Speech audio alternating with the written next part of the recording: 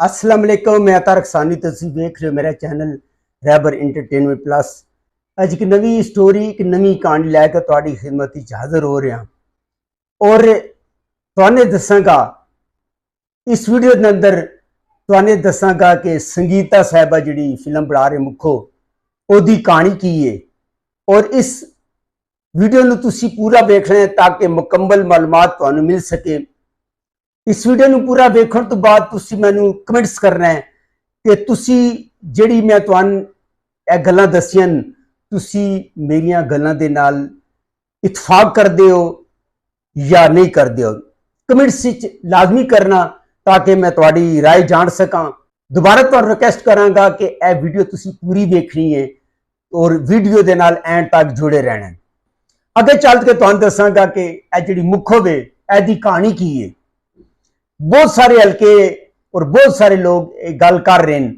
हो सकता है सुनी सुनाई गल हो सकता है अफवाह होए कि संगीता साहिबा अंजुमन की मशहूर फिल्म सी चौधरानी जिसके अंदर जड़ा अंजुमन का कम बैक सी, यानी कि फिल्म इंडस्ट्री राय साहब की वफात तो बाद जदों फिल्म इंडस्ट्री तबाह होगी, बंद होगी, एक्टर अपने घर चले गए, अंजुमन साहिबा फिल्म इंडस्ट्री छोड़ के चली गई और काफ़ी अरसे बाद जदों उन्होंने इंडस्ट्री वापसी हुई और शान का दौर शुरू होया तो उस दौर जदों अंजुमन वापस आई तो उन्होंने फिल्म चौधरानी बनाई गई जिहड़ी कि सुपर हिट रही और पता चलिया कि संगीता साहिबा चौधरानी नू रीमेक कर रहे हैं।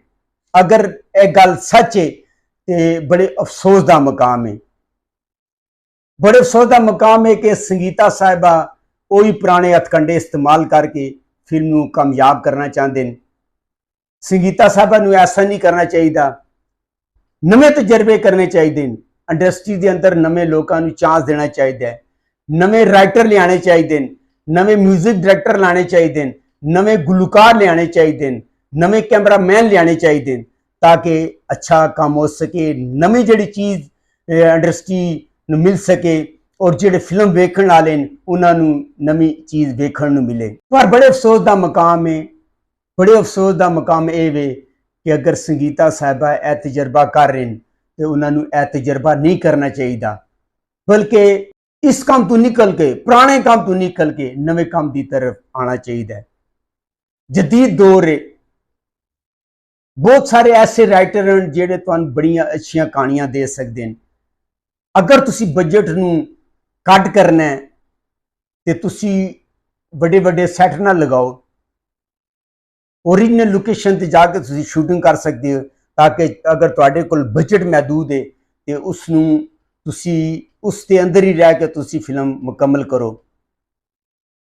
पर संगीता साहिबा हुण दौर वो खत्म हो गया कि जदों गंडासा चलता सी, जदों कोड़ा चलता सी, जदों लाचा पा के हीरो आ जाता सी।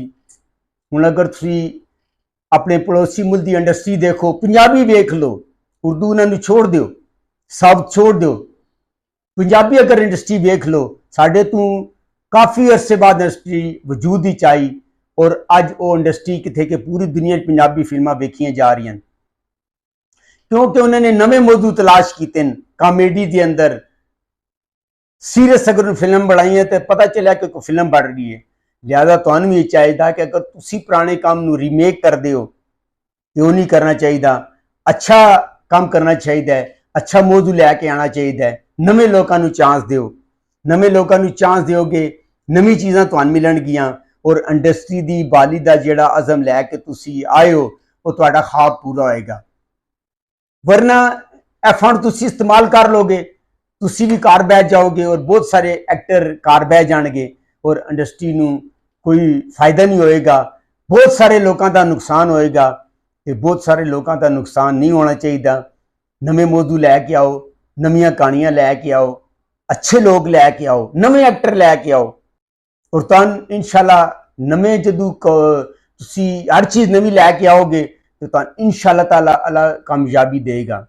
उम्मीद करना कि तुहानू मेरी वीडियो पसंद आई होगी। अगर तुहानू मेरी वीडियो पसंद आए प्यार जा कमेंट्स करो, लाइक करो, शेयर करो। ते अगली वीडियो तक अल्लाह हाफिज़।